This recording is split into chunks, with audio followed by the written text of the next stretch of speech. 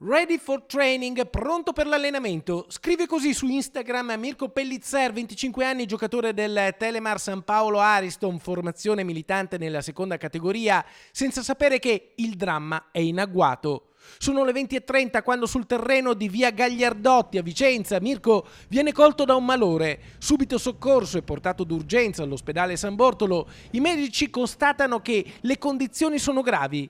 Viene portato in neurochirurgia, operato. In una nota la società comunica che il bollettino medico delle 2 del mattino riferisce che l'intervento è tecnicamente riuscito, ma il quadro clinico resta complicato. La partita di campionato per cui Mirko si stava allenando coi compagni è stata ovviamente annullata e posticipata data da destinarsi. Tutta la società si è stretta con affetto attorno alla famiglia del giovane calciatore e si augura il suo rapido e pieno recupero.